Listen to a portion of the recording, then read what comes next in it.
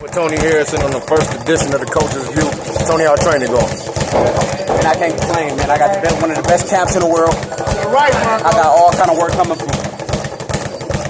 Ohio's best, New York's best, Detroit's best, and come February 25th, Tony Harrison will be ready. Are you taking up what? You taking up on Jared Hurd? How do you feel about him in this competition so far? I think they got sometimes they got their picks, who they want to push a little easier than everybody else. And I think Jared Hurd is one of those guys. Disregard the fact that I know he's hungry. You know what I'm saying? Right. He's a hungry fighter, but proven, he's not. You know what I mean? He even got put. He wasn't even number 3. He got pushed up to number 3. So, whatever plan they got for Jared Hurd, I hope they don't think that plan is going to be implemented on February 25th. Well, look, from my view, his level of competition has been nowhere near yours. Right. So, going into the fight, does that make you already better into the fight? To be honest, Jared Hurd is just another fight for me. You know what I mean? I've been fighting my whole life, man. So when you get to doing something as naturally as I've been doing it and as consistent as I've been doing it, it just becomes natural to me. So now Jared Hurd is just another fight. When they called me with the fight, I immediately told them yes. So is there anything that you think that Jared Hurd will be able to show you any different in this fight? I mean, I've been fighting all around the world, man. I done fought all nationalities, different countries. My pro debut was on a card in Germany. So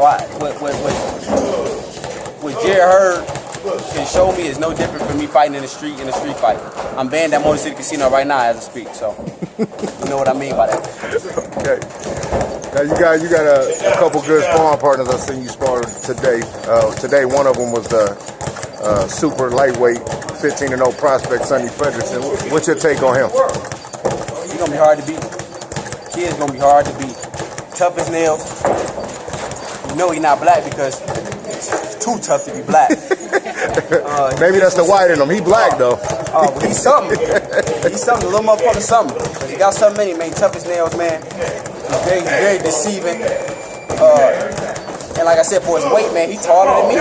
So I think the Red Shop is doing him a lot of justice, man. And I think he's getting high quality sparring, not only in Ohio, but a 45-minute drive away to Detroit to get this. The best work here, and he's undefeated with Rock Nation, and I think the kid is the brightest future for Ohio. Well, you got a great team behind you, man. Talk about how they influence and motivate you and your team. I think one word to describe us is just loyalty, man. When you loyal to something, I think everything else falls in place. You give it your all. Everybody sticks side by side. When I'm out there running, they with me, even though they're not running. But they out there with me. They're waking up when I wake up. They get out of bed with their wives and girlfriends and baby mamas or whoever they getting out of bed with. And they taking their time and they coming out there with me. You know what I mean? Our communication is very well. And for a good team, communication is the key to success. So we communicate real well. It's no bickering, it's no arguing, and like my head is very clear. My head is very clear. I'm confident in what my corners is telling me. I'm confident in how they pushing me at this point. We ain't going too fast, but we ain't going slow. We right on pace. Now, it's Tony Harrison, February 25th against Jared Hurd. I got one more question. How do you feel about, because you right there in line for all the titles. The WBC just made a new rule stating the father cannot train his son in a title fight. Who the fuck is they to tell somebody that they can't have I've been training my father my whole life. Ain't nobody tell me my father can't be in my motherfucking corner.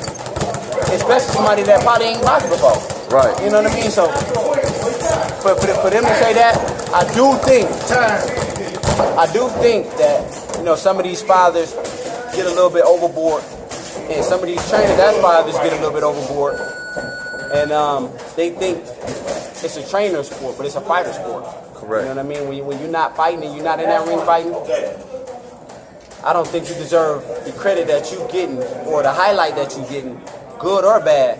You know, you shouldn't be getting the highlight at all. I think the focus as a trainer should be put into the fighter. I think all the publicity should go to the guy that's in there, that's getting ready to go in there and go to war. So I think all these trainers, man, is giving other trainers the bad name. But for you to tell somebody's father that they can't be in they son's corner, man. Come on, man. I was born fighting, man, and it started day one with my father. First glimpse of that, what happens with that, with Danny Garcia Thurman. Because you know Danny Garcia is also trained by his father. He's a WBC champion. Right. So we'll see what happens with that. Man, we appreciate your time and appreciate your work. Anytime, my dog. Rec shop for life, baby. There you go.